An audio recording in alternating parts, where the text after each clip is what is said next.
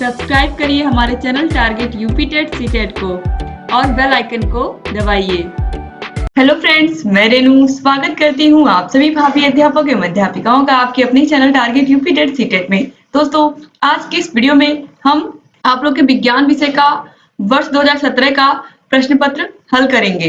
दोस्तों, जो 2017 में पेपर हुआ था वो पेपर 2 बार हुआ था, तो ये जो आप हल कर रहे हो, ये जो पहली बार आया था उसको आप सॉल्व करोगे, फिर जो दोबारा हुआ था उसको भी मैं करवाऊंगी। और दोस्तों, आप लोगों को पता ही है कि पेपर कभी कभी आउट हो जाता है, तो जिसकी वजह से पेपर दोबारा होता है, तो इस वजह से 2017 में भी पेपर 2 बार हुआ था। तो जो पहली बार हुआ था वो अभी आप लोग करने जा रहे हो इसको सॉल्व। और जितने भी पेपर हुए हैं सभी को आपको बहुत ही ध्यान से सॉल्व करना है, क्योंकि क्वेश्चन एग्जाम में रिपीट होते हैं। आप लोगों ने सेकंड सेमेस्टर में पेपर दिया है, आपको समझ में आ गया होगा कि बहुत सारे क्वेश्चन पिछले ईयर के पूछे हुए भी पूछ लेते हैं। तो इसलिए बहुत जरूरी है कि आप लोग पिछले ईयर के पेपर्स को सॉल्व करके ही एग्जाम में जाएं। तो चलिए देखते हैं हम वस्तुनिष्ठ प्रश्नों को। सबसे पहले 5 क्वेश्चन क्या होते हैं, वस्तुनिष्ठ होते हैं। ये 25 नंबर का आपका पेपर होता है साइंस का, आप लोगों को पता ही है। अब देखिए, इसमें क्वेश्चन नंबर 1 है, निम्नवत में से अक्रिस्टलीय कार्बन के रूप है ग्रेफाइट, हीरा, सुगर चारकोल या फिर फुलरीन। दोस्तों, जो कार्बन का क्रिस्टलीय रूप होता है, सबसे पहले आप क्रिस्टलीय रूप समझिए। क्रिस्टलीय रूप का मतलब होता है कि कार्बन के ऐसे अपर रूप जो कि जिनमें कार्बन परमाणु निश्चित व्यवस्था में व्यवस्थित रहते हैं तथा एक निश्चित ज्यामिति और निश्चित बंध कोण का निर्माण करते हैं। यानी कि ये जो होते हैं कार्बन के जो ऐसे अपर रूप जो एक प्रकार से निश्चित रूप से एक आकृति बनाते हैं, किसी भी प्रकार से कार्बन से बंध बना करके एक कोण दर्शाते हैं, तो ये सब होते हैं क्रिस्टलीय रूप। तो क्रिस्टलीय रूप में आप देखेंगे तो हीरा होता है, ग्रेफाइट होता है, फुलरीन होता है। ये सब क्या करते हैं, एक निश्चित ज्यामिति में बंधे हुए होते हैं, इनका एक निश्चित फॉर्मूला होता है, सूत्र होता है, और ये कार्बन से निश्चित रूप से एक ज्यामिति आकृति से व्यवस्थित रूप में बंधे होते हैं। तो व्यवस्थित होने की वजह से इन्हें हम क्रिस्टलीय रूप कहते हैं, ग्रेफाइट को, हीरा को, फुलरीन को। और जो सुगर चारकोल होता है, इसकी कोई निश्चित ज्यामिति आकृति नहीं होती है और कोई बंध कोण नहीं पाया जाता है कार्बन कार्बन के मध्य, तो इसलिए इन्हें हम अक्रिस्टलीय रूप कहते हैं। तो ऑप्शन सा जो है सुगर चारकोल, ये अक्रिस्टलीय कार्बन के अपर रूप है। तो याद रखिएगा, ऑप्शन सा जो है सुगर चारकोल, ये अक्रिस्टलीय कार्बन का अपर रूप है। ऑप्शन सा बिल्कुल सही हो गया।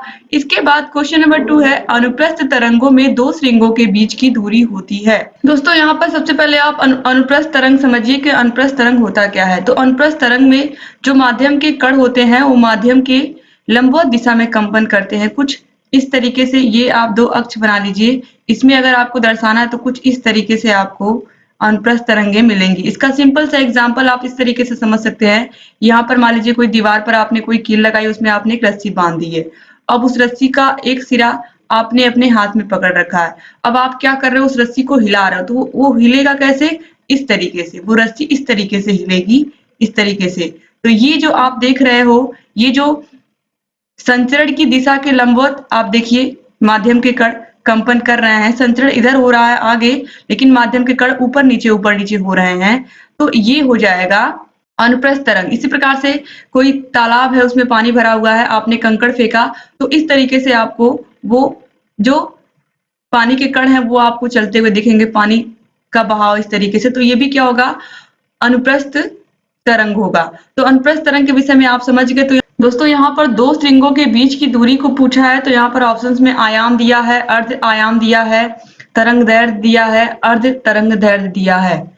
दोस्तों यहाँ पर देखिए, अनुप्रस्थ तरंग में 2 श्रृंगों के बीच की दूरी होती है। तो इस तरीके से ये आप जो देख रहे हो श्रृंग होता है, जो सबसे ऊपर जितना ये विस्थापित होता है, और जो आप देखते हो जहां पर ये ड्रॉप होता है, ये गर्त होता है। तो यहाँ पर जो सबसे ऊपरी विस्थापन होता है, इसे हम आयाम कहते हैं। इनके बीच की दूरी को ही हम क्या कहते हैं, इनके बीच की दूरी को हम कहते हैं तरंग दैर्ध्य। ऑप्शन सा जो है ये बिल्कुल सही है, तरंग दैर्ध्य कहते हैं। 2 श्रृंगों के बीच की दूरी को या 2 गर्तों के बीच की दूरी को भी हम तरंग दैर्ध्य ही कहेंगे। क्वेश्चन नंबर 3 है, डॉक्टरी थर्मामीटर में ताप मापने का विभाजन स्केल होता है 0 डिग्री सेल्सियस से 100 डिग्री सेल्सियस, 32 डिग्री फ़ारेनहाइट से 212 डिग्री सेल्सियस, 95 डिग्री फ़ारेनहाइट से 110 डिग्री फ़ारेनहाइट, या 0 डिग्री से 80 डिग्री। तो राइट आंसर यहाँ पर है ऑप्शन सा 95 डिग्री फ़ारेनहाइट से 110 डिग्री फ़ारेनहाइट। क्वेश्चन नंबर 4 है पेचिस नामक बीमारी में निम्नलिखित में से कौन सा सूक्ष्म जीव उत्तरदायी है? यानी कि पेचिस नामक बीमारी में कौन सा जीव उत्तरदायी है? फ्लैवी वायरस, निमेटोड, कृमि, ईस्ट या फिर एंट अमीबा हिस्टोलिटिका। तो राइट आंसर है एंट अमीबा हिस्टोलिटिका ऑप्शन द जो है ये बिल्कुल सही हो जाएगा। क्वेश्चन नंबर 5 है किसी वस्तु को जल में पूर्णतः डुबाने पर लगने वाला उत्प्लावन बल बराबर वस्तु का भार, अतः किसी वस्तु को जल में पूर्णतः डुबाने पर उस पर लगने वाला उत्प्लावन बल बराबर वस्तु का भार, अतः किसी भी वस्तु को जल में पूर्णतः डुबाने पर उस पर लगने वाला उत्प्लावन बल अगर वस्तु के भार के बराबर होगा तो वह वस्तु जो होगी वह सतह पर तैरेगी। तो ऑप्शन ब जो है यह बिल्कुल राइट आंसर हो जाएगा। जल में नहीं डूबेगी, वस्तु जल में कुछ डूबी हुई तैरेगी, ये भी गलत है। वस्तु जल के नीचे पूरी डूबी हुई तैरेगी, यह भी गलत है। अगर उत्प्लावन बल वस्तु के भार के बराबर है तो वह वस्तु तैरेगी, याद रखिएगा आप लोग। अब इसके बाद यहाँ पर अतिलघु उत्तरी क्वेश्चन स्टार्ट है। अतिलघु उत्तरी क्वेश्चन में क्वेश्चन नंबर 6 है रसोई घर में प्रयोग होने वाले द्रवित पेट्रोलियम गैस के रिसाव का पता लगाने के लिए उसमें मिलाए जाने वाले पदार्थ का नाम लिखिए। दोस्तों जो हमारे घरों में एलपीजी सिलेंडर होता है जिसे हम लिक्विड पेट्रोलियम गैस, जिसका फुल फॉर्म होता है लिक्विड पेट्रोलियम गैस, इसके रिसाव का पता लगाने के लिए हम उसमें एक गंध वाला पदार्थ डालते हैं जिसे हम एथिल मरकैप्टन कहते हैं, C2H5SH। इसका फॉर्मूला याद रखिएगा। एथिल मरकैप्टन मिलाते हैं। आप देखते होंगे जो गंध आती है जब भी गैस चूल्हा हम ऑन करते हैं, अगर हमने फ्लेम नहीं जलाई उसमें से जो गैस निकलती है वो जो आपको एक गंध मिलती है वो होती है एथिल मरकैप्टन की। इसे मिश्रित किया जाता है। एलपीजी मुख्यतः आइसोब्यूटेन एवं प्रोपेन गैसों का मिश्रण होती है। 2017 के यूपी टेट के क्वेश्चन पेपर में पूछा गया था कि जो एलपीजी सिलेंडर गैस होती है हमारे घरों में प्रयोग होती है उसमें कौन से गैस का मिश्रण होता है, तो ब्यूटेन और प्रोपेन गैसों का मिश्रण होता है। ये याद रखिएगा आप लोग, बहुत इंपॉर्टेंट है कि जो एलपीजी सिलेंडर गैस होता है, एलपीजी हमारे घरों में प्रयोग होने वाला, इसमें ब्यूटेन और प्रोपेन का मिश्रण होता है और इसमें जो गंध आती है जो हम लोगों को जब भी हम गैस ऑन करते हैं गैस चूल्हा तो एथिल मरकैप्टन की गंध आती है। याद रखिएगा आप लोग, जब गैस का रिसाव होता है इसलिए डाला जाता है कि कभी भी गैस का रिसाव हो तो उसका पता लगाया जा सके, इसीलिए एथिल मरकैप्टन मिलाया जाता है C2H5SH। अब इसके बाद क्रांतिक कोड से क्या अभिप्राय है लिखिए। बहुत ही इंपॉर्टेंट क्वेश्चन है, क्रांतिक कोड किसे कहते हैं मैंने बहुत ही अच्छे से आप लोगों को समझाया है। दोस्तों यह बहुत ही सिंपल है, बस केवल आपको समझना है। यहाँ पर देखिए कांच से वायु में जाते हुए प्रकाश का अपवर्तन होता है। चूंकि कांच की अपेक्षा वायु विरल माध्यम है तब अपवर्तन कोण आपतन कोण से अधिक होता है। यदि आपतन कोण का मान बढ़ाया जाए तो एक स्थिति ऐसी आती है जब अपवर्तन कोण का मान 90 डिग्री हो जाता है। इस दशा में अपवर्तित किरण दोनों माध्यमों को अलग करने वाले तल को छूती हुई निकल जाती है। ऐसी स्थिति में आपतन कोण के मान को हम क्रांतिक कोण कहते हैं। तो दोस्तों यहाँ पर आप देखिए ये एक किरण है जो कांच से वायु में जा रही है। तो यह एक ऐसा कोण होता है जिस कोण से हम कांच से वायु में किरण को भेजना चाहते हैं, ठीक है। लेकिन ये जो किरण है आपको पता है ये इस तरीके से जा रही है, लेकिन ये जो किरण है ये कांच से वायु में अगर जाएगी तो ये अभिलंब से क्या करेगी, दूर हटने की कोशिश करेगी। या क्योंकि जब भी कोई भी सघन माध्यम से विरल माध्यम में वायु जाती है या कोई भी किरण जाती है सघन माध्यम से विरल माध्यम में, यानी कि कांच क्या है, घना होता है ना वायु से, तो अगर कांच से वायु में कोई किरण जा रही है तो वो अभिलंब से दूर हटने की कोशिश करेगी। लेकिन हम इसे इस कोण पर भेज रहे हैं कि यह जो कोण है यह इस कोण पर हम इसे भेज रहे हैं, यह एक इस तरीके का कोण है आपतन कोण, कि ये जो जब इसका अपवर्तन होगा तो यह बिल्कुल 90 डिग्री पर हो। इस तरीके से हम इस किरण को भेज रहे हैं। तो इससे हम इसके कोण को बढ़ाते जा रहे हैं। इस जो कांच से यहाँ पर हम इस किरण को भेज रहे हैं तो एक स्थिति ऐसी आएगी कि जो अपवर्तन कोण है उसका मान 90 डिग्री हो जाएगा और जब 90 डिग्री हो जाएगा तो इस दिशा में जो ये जो किरण है ये जो आप भेज रहे हो यह यहाँ ना जा करके, यानी कि इस वायु वाले माध्यम में ना जा करके इन दोनों सतहों को जो अलग करने वाली सतह है, यानी कि ये जो सतह आप देख रहे हो ये जो वायु को और कांच को अलग कर रही है, इसी की तरफ ये किरण मुड़ जाएगी। आप देखिए इस तरीके से यह इन दोनों तलों को छूती हुई निकल जाएगी और ऐसी स्थिति में इस आपतन कोण के मान को, ये जो आपतन कोण है जिस कोण से हम इस किरण को छोड़ रहे हैं या हम इसको भेज रहे हैं, तो यह जो कोण है यही हो जाएगा क्रांतिक कोण, आप देखिए यहाँ पर लिखा हुआ है क्रांतिक कोण, क्योंकि ये किरण जो इसको जाना तो था वायु में, लेकिन ये इस जब यह 90 डिग्री पे मोड़ी गई तो यह इस जगह पर ना जा करके, यानी कि वायु वाले माध्यम में ना जा करके, ना तो कांच में जा करके, ये इसी बीच की सतह से निकल गई। तो इस तरीके से यह अपने ही माध्यम में वापस आ जाती है, यानी कि कांच में ही वापस आ जाती है। इसका सबसे अच्छा एग्जाम्पल आपने देखा है कि जो हीरा है वो बहुत चमकता है। तो हीरे के चमकने का जानते हैं आप लोग, जो मेन रीजन है वो यही होता है कि उसमें एक बार जो किरण घुस जाती है अंदर, जैसे आप यहाँ पर इस कोण को हमने भेज दिया, इस कोण से हमने इस कांच के माध्यम से इस किरण को हमने भेज दिया, इस माध्यम से हम वायु में भेज रहे थे, लेकिन ये वायु में जा ही नहीं पाई, इस कोण से हमने भेजा कि ये फिर इसी माध्यम में वापस लौट करके आ गई, ये भी हम कह सकते हैं। तो इसमें एक बार जब किरण घुस जाती है तो फिर वापस इसी में रह जाती है, जल्दी वो बाहर नहीं निकल पाती है। इसीलिए आपको हीरा बिल्कुल चमकता हुआ दिखता है। हीरे के चमकने का एक ही रीजन है, क्रांतिक कोण। तो आप लोग समझ गए होंगे, क्योंकि जो किरण है वो बाहर निकल ही नहीं पाती है, घूम करके वो अपने ही माध्यम में रह जाती है। अब आप देखिए, आपने कांच के माध्यम से किरण को भेजा था वायु के माध्यम में, लेकिन यह जो कोण है, इस कोण से आपने भेजा कि ये 90 डिग्री पर ना मुड़ करके बल्कि ये कहाँ पे मुड़ गई, 90 डिग्री होने की वजह से यह इस माध्यम में जा ही नहीं पाई, क्योंकि आर अपवर्तन कोण का मान 90 डिग्री हो गया, जिसके कारण यह इस दिशा में ना जाकर के ये किरण वापस से अपने ही माध्यम में, यानी कि कांच के माध्यम में ही रह गई। तो इसलिए इसे हमने क्या कहा, क्रांतिक कोण कहा। अब इसके बाद हम संतृप्त और असंतृप्त हाइड्रोकार्बन के विषय में पढ़ेंगे। बहुत अच्छे से मैंने आप लोगों को संतृप्त और असंतृप्त का हाइड्रोकार्बन क्लास में पढ़ाया है। अगर आपने नोट्स अभी तक नहीं पढ़ा है तो आप लोग नोट्स को पढ़िए। यहाँ आई बटन पर क्लिक करके आपको सभी विषयों के नोट्स मिल जाएंगे। फर्स्ट पेपर पूरा आप लोग को पढ़ा दिया गया है, सेकेंड पेपर साइंस पढ़ा दिया गया है। तो आप लोग शैक्षिक मूल्यांकन, समावेशी शिक्षा, साइंस विषय, हिंदी विषय, इन सभी को अच्छे से पढ़ सकते हैं, क्योंकि बहुत ही अच्छे से मैंने नोट्स बना करके पढ़ाया आपको। देखिए, संतृप्त हाइड्रोकार्बन में सिंपल सा कार्बन और कार्बन के बीच में केवल एक बंध होता है, कार्बन के बीच में केवल एक बंध। अब देखिए CH4 है, तो यहाँ पर आप देखिए कार्बन और हाइड्रोजन के बीच में क्या है, कार्बन सबसे केवल एक बॉन्ड से जुड़ा होता है, ठीक है। अब देखिए, जबकि जो असंतृप्त हाइड्रोकार्बन होता है, इसमें कार्बन कार्बन के बीच में डबल या ट्रिपल बॉन्ड होते हैं। तो ये जो मेथेन है CH4, मेथेन किसका एग्जाम्पल है, संतृप्त हाइड्रोकार्बन का। जबकि असंतृप्त हाइड्रोकार्बन में डबल और ट्रिपल बॉन्ड पाया जाता है, जैसे कि C2H2। और यहाँ पर आप देखिए इस तरीके से C2H2 आप देखिए, और यहाँ पर इस तरीके से, यहाँ पर दोस्तों C2H4 होगा, क्योंकि यहाँ पर देखिए 2 कार्बन है और 4 हाइड्रोजन है, C2H4 और ये C2H2। तो ये एसिटिलीन का फॉर्मूला हो गया, ठीक है। इस तरीके से यहाँ पर देखिए कार्बन और कार्बन के बीच में ट्रिपल बॉन्ड पाया जाता है, इस तरीके से कार्बन और कार्बन के बीच में ट्रिपल बॉन्ड पाया जाता है। तो ये असंतृप्त हाइड्रोकार्बन होते हैं, जिनमें कार्बन और कार्बन के बीच में डबल बॉन्ड और ट्रिपल बॉन्ड पाया जाता है। अब इसके बाद हम क्वेश्चन नंबर 9 देखेंगे। किन्हीं 2 खाने वाले अर्थात सब्जी के रूप में प्रयोग किए जाने वाले कवकों का नाम देखिए। तो दोस्तों 2 है यहाँ पर, देखिए कैंथेरेलस और दूसरा है मशरूम। इनको हम क्या करते हैं, सब्जी के रूप में प्रयोग करते हैं खाने के लिए। क्वेश्चन नंबर 10 है, वर्ण विक्षेपण क्या है, लिखिए। सूर्य का प्रकाश अथवा अन्य किसी स्रोत का श्वेत प्रकाश 7 रंगों में बैगनी, जामुनी, नीला, हरा, पीला, नारंगी, लाल से मिलकर बना होता है। प्रकाश के श्वेत किरण को विभिन्न रंगों में विभक्त होने की क्रिया को ही हम वर्ण विक्षेपण तथा विभिन्न रंगों के समूह को वर्णक्रम कहते हैं। इसमें रंगों के क्रम निश्चित होते हैं, जिसे हम विबग्योर कहते हैं।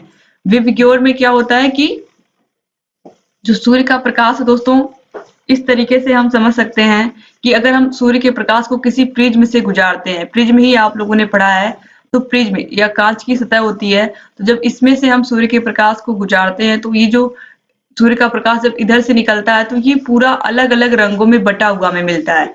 इस तरीके से जो हम इंद्रधनुष बना हुआ देखते हैं, इंद्रधनुष क्यों बनता है, जब सूर्य की जो किरणें होती हैं, सूर्य की किरणें इस तरीके से सूर्य की जो किरणें होती हैं, अब मान लीजिए किसी दिन बादल हुआ है, तो बादल में आपको इंद्रधनुष कैसे देखने को मिलता है, जो सूर्य की किरणें होती हैं जब इन बादल के छोटे छोटे बूंदों पर पड़ती हैं, जो बूंदें होती हैं बादल की उस पर पड़ती हैं, यानी कि जो बारिश की बूंदें होती हैं उन पर पड़ती हैं, तो ये बारिश की बूंदें क्या करती हैं, बारिश की बूंदें इन सभी जब प्रकाश इनसे होकर के गुजरता है इन बूंदों से, तो ये बूंदें क्या करती हैं, इन सातों रंगों को अलग अलग कर देती है। तो जो सूर्य के प्रकाश में सातों रंग होते हैं वो बिल्कुल अलग अलग हमें दिखते हैं, वही हमें इंद्रधनुष दिखाई देता है इस तरीके से अलग अलग होकर के। ठीक है, वो कौन करते हैं, यही प्रकाश की, ये जो बादल की बूंदें होती हैं छोटी छोटी वर्षा की, यही क्या करती हैं, अलग कर देती हैं इन सभी किरणों को, तो तभी हमें इंद्रधनुष देखने को मिलता है। तो वही चीज यहाँ पर बताई गई है कि इस घटना को हम क्या कहते हैं, वर्ण विक्षेपण करते हैं। जब भी सूर्य की प्रकाश की जो किरणें होती हैं वो किसी भी सतह पर जब गिरती हैं, यानी कि चाहे वो प्रिज्म हो या फिर इस तरीके से प्रकाश की बूंदें हो, जब इस पर पड़ती हैं तो वह क्या करते हैं, रंगों को अलग अलग बांट देते हैं, जिससे आप देख पाते हो अलग अलग रंगों को। तो यहाँ पर वही चीज बताई गई है कि जो सूर्य का प्रकाश है वो 7 रंगों से मिलकर के बना हुआ है, और प्रकाश के श्वेत किरण को विभिन्न रंगों में विभक्त होने की प्रक्रिया को ही हम वर्ण विक्षेपण कहते हैं। यानी कि जब रंग अलग अलग हमको दिखाई देने लगते हैं सूर्य के प्रकाश के, तो उसे ही हम क्या कहते हैं, उस घटना को वर्ण विक्षेपण कहते हैं।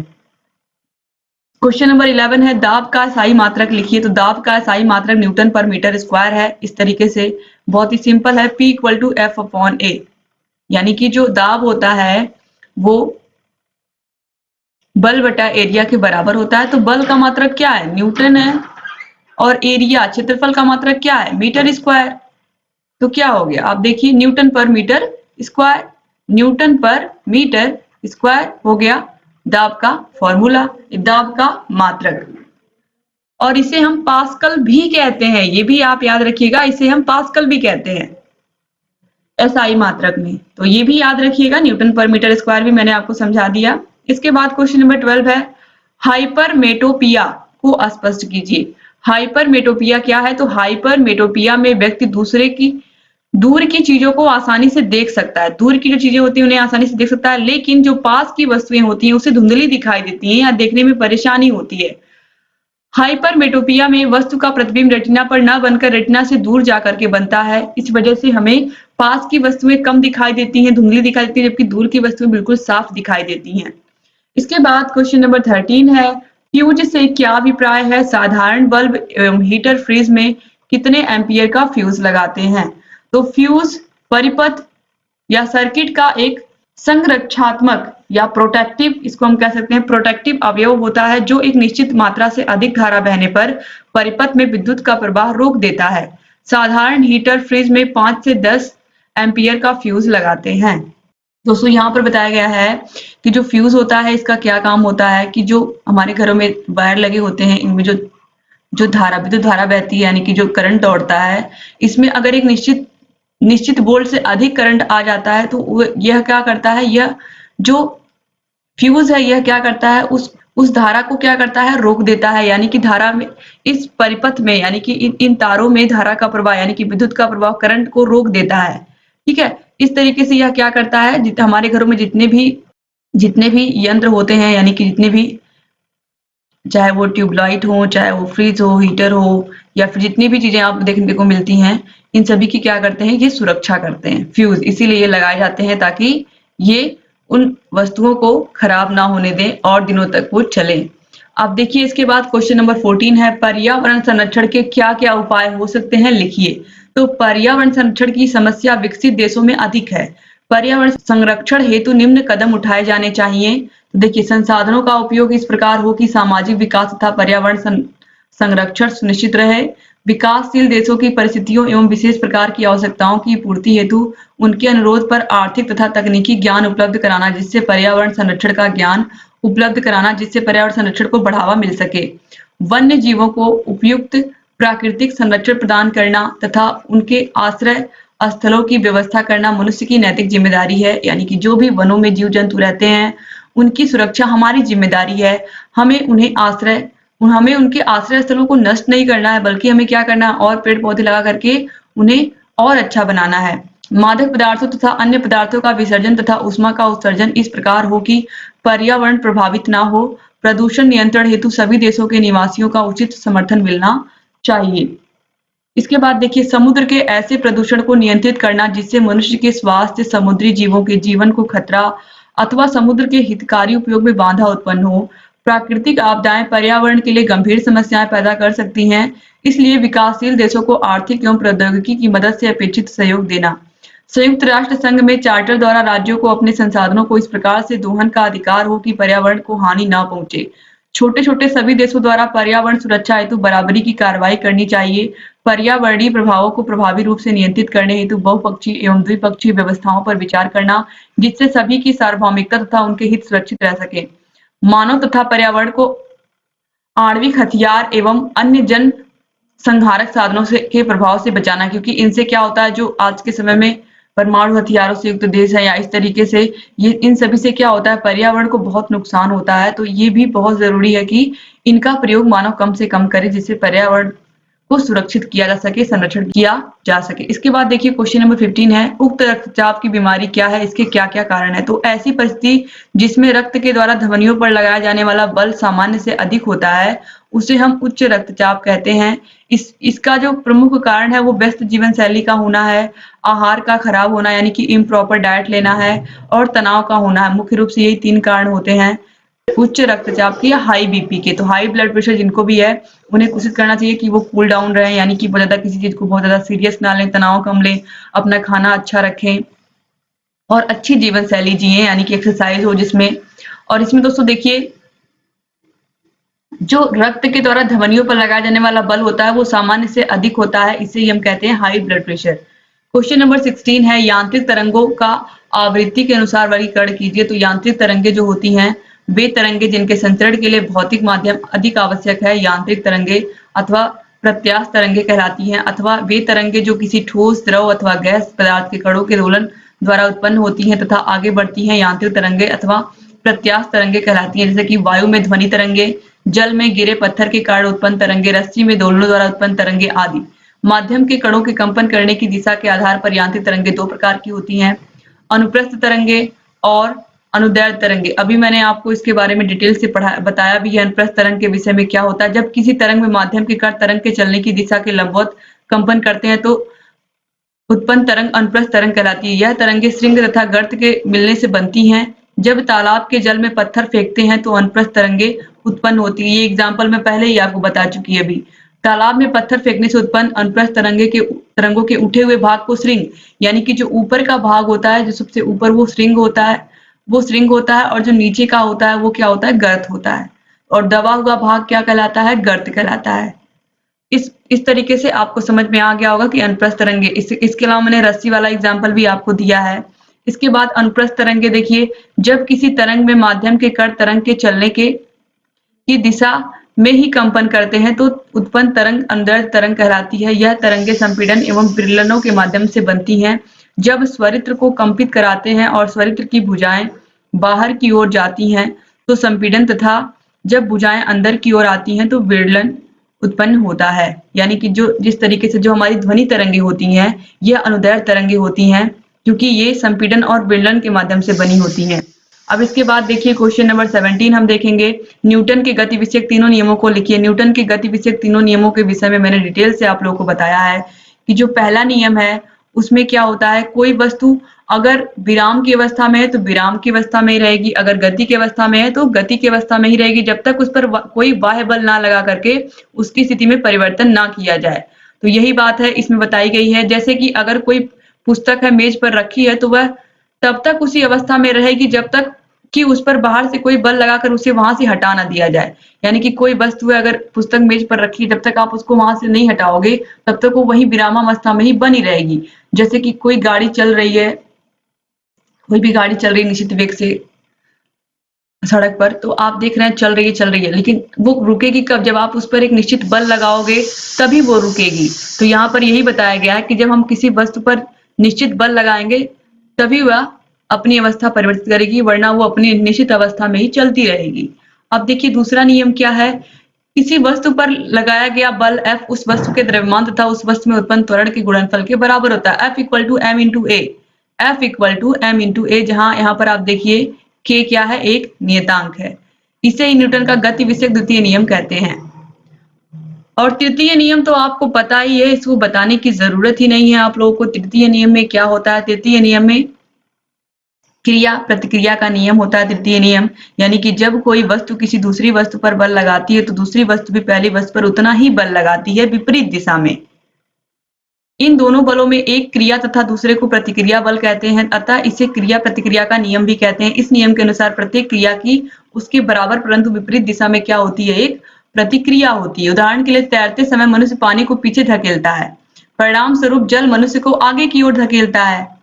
इसी प्रकार घोड़ा गाड़ी को खींचते समय अपनी पिछली टांगों से पृथ्वी को पीछे की ओर दबाता है, जिससे प्रतिक्रिया के रूप में पृथ्वी घोड़े पर आगे की ओर बल लगाती है और गाड़ी आगे बढ़ जाती है। इस तरीके से जैसे मैंने आपको समझाया भी है, अगर आप किसी दीवार पर किसी भी चीज से आप उस पर प्रहार कर रहे हैं, किसी भी चीज से आप उस पर कोई भी प्रहार कर रहे हैं दीवार पर, तो दीवार भी क्या करेगी, आपके साइड में उतना ही प्रहार करेगी। ठीक है, तो किसी भी क्रिया का प्रतिक्रिया होता है, ये आपको याद रखना है। बेशक आपको वो दिख नहीं रहा होगा, लेकिन हर क्रिया का एक प्रतिक्रिया होता है। क्वेश्चन नंबर 18 है, ग्रीन हाउस गैसीय प्रभाव या धरती के बढ़ते तापमान में क्या संबंध है, स्पष्ट कीजिए। तो ग्रीन हाउस या गैसीय प्रभाव क्या है, चलिए देखते हैं। तपती हुई धूप में खड़ी कार की सभी खिड़कियां बंद कर दें तो कार के अंदर असहनीय गर्मी हो जाती है, क्योंकि प्रकाश खिड़कियों के शीशों से गुजरकर अंदर पहुंचता है और प्रकाशीय ऊष्मीय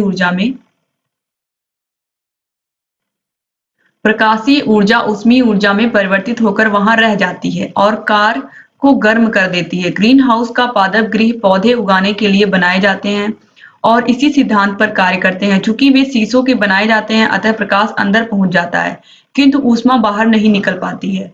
कार्बन डाइऑक्साइड का गुण भी ऐसा ही है। सूर्य का प्रकाश वायुमंडल से गुजर जाने देती है किंतु ऊष्मा को वायुमंडल से निकलने नहीं देती है। इस प्रकार सामान्य मात्रा में कार्बन डाइऑक्साइड वायुमंडल के तापमान को बनाए रखती है, परंतु यदि कार्बन डाइऑक्साइड की मात्रा में वृद्धि होती है तो वायुमंडल में अधिक ऊष्मा रोक ली जाएगी, जो उसका तापमान बढ़ा देगी। ऊष्मा का इस प्रकार वायुमंडल में रोक लिया जाना ही ग्रीन हाउस प्रभाव कहलाता है। ग्रीन हाउस प्रभाव उत्पन्न करने में प्रमुख योगदान करने वाली गैसों में कार्बन डाइऑक्साइड, फ्लोरोकार्बन्स यानी कि CFC6, मीथेन, ओजोन प्रमुख हैं। यानी कि ये क्या करती हैं, ये सूर्य से आने वाली ऊष्मा को पृथ्वी पर रोक लेती हैं, अवशोषित कर लेती हैं, उसे जाने नहीं देती हैं। ठीक है, और इससे क्या होता है कि जो पृथ्वी का तापमान है वो क्या हो रहा है, धीरे धीरे बढ़ता जा रहा है। और इन्हें ही हम क्या कहते हैं, इसे ही हम क्या कहते हैं, इसी घटना को हम ग्रीन हाउस प्रभाव कहते हैं। तो इस तरीके से आपने पूरा पेपर सॉल्व कर लिया। दोस्तों उम्मीद करती हूँ ये पूरा पेपर आपको समझ में आया होगा। जितने भी क्वेश्चन यहाँ पर मैंने कराए आपको सारे समझ में आए होंगे। अगर ये वीडियो अच्छा लगा है तो प्लीज इस वीडियो को अपने कॉलेज फ्रेंड्स को जरूर शेयर करिएगा, जिससे अधिक से अधिक प्रशिक्षुओं तक ये वीडियोस पहुंचे और अधिक से अधिक हमारे डीएलएड के भाई बहन अपनी तैयारी को बेहतर बना सकें। दोस्तों आपको फर्स्ट पेपर शैक्षिक मूल्यांकन, सेकेंड पेपर समावेशी शिक्षा, थर्ड पेपर साइंस और हिंदी विषय के आपको लिंक डिस्क्रिप्शन बॉक्स और कमेंट बॉक्स में मिल जाएगी। इसके अलावा संस्कृत विषय की क्लास चल रही है। संस्कृत अभी जिन भी प्रशिक्षुओं ने पढ़ना नहीं शुरू किया है वो सभी लोग पढ़ना शुरू करें। क्लासेस आप लोग को रेगुलर मिल रही है संस्कृत की। संस्कृत में अच्छा करना है आप लोगों को, तो इसके लिए आपको चैनल से जुड़ना पड़ेगा और अगर चैनल को सब्सक्राइब नहीं किया तो प्लीज सब्सक्राइब कर दीजिए और घंटी के निशान को भी प्रेस कर दीजिए, ताकि हम जो भी नई वीडियोस बनाते हैं उन सभी का नोटिफिकेशन आपके पास समय से जाए और आप हमारे सभी वीडियोस को ऐसे ही देखते रहें। सब्सक्राइब के जस्ट बगल में आपको ज्वाइन बटन मिलेगा। ज्वाइन बटन पर क्लिक करके आप सभी वीडियोस को देख सकते हैं, सभी वीडियोस की PDF प्राप्त कर सकते हैं आप। तो ज्वाइन बटन को अगर आप क्लिक करेंगे तो सभी वीडियोस की आपको हम PDF देंगे और आपके व्यक्तिगत रूप से समस्या का भी समाधान करेंगे। दोस्तों आप लोग प्लीज वीडियो को अधिक से अधिक अपने कॉलेज फ्रेंड्स को भी शेयर किया करें, जिससे अधिक से अधिक प्रशिक्षुओं तक ये वीडियोस पहुंचे और अधिक से अधिक हमारे डीएलएड के भाई बहन हमसे जुड़ करके सभी विषयों की तैयारी अच्छी कर पाएं और थर्ड सेमेस्टर में भी बहुत अच्छा नंबर गेन करें। तो उम्मीद करती हूँ ये वीडियो भी आपको समझ में आएगी। 2016 का पेपर भी मैंने सॉल्व करवाया है, उसको भी आप लोग जरूर देख लीजिएगा। जितने भी पेपर हैं सभी को मैं सॉल्व करवाऊंगी, ताकि आप लोग की जो तैयारी है वो बेहतर हो सके और आप लोग इस बार फिर एग्जाम में अच्छा स्कोर कर सके। तो दोस्तों मिलते हैं नेक्स्ट वीडियो में, तब तक अपना ख्याल रखिएगा, अपने परिवार का ख्याल रखिएगा और हमारे चैनल से बने रहिएगा। जय हिंद दोस्तों।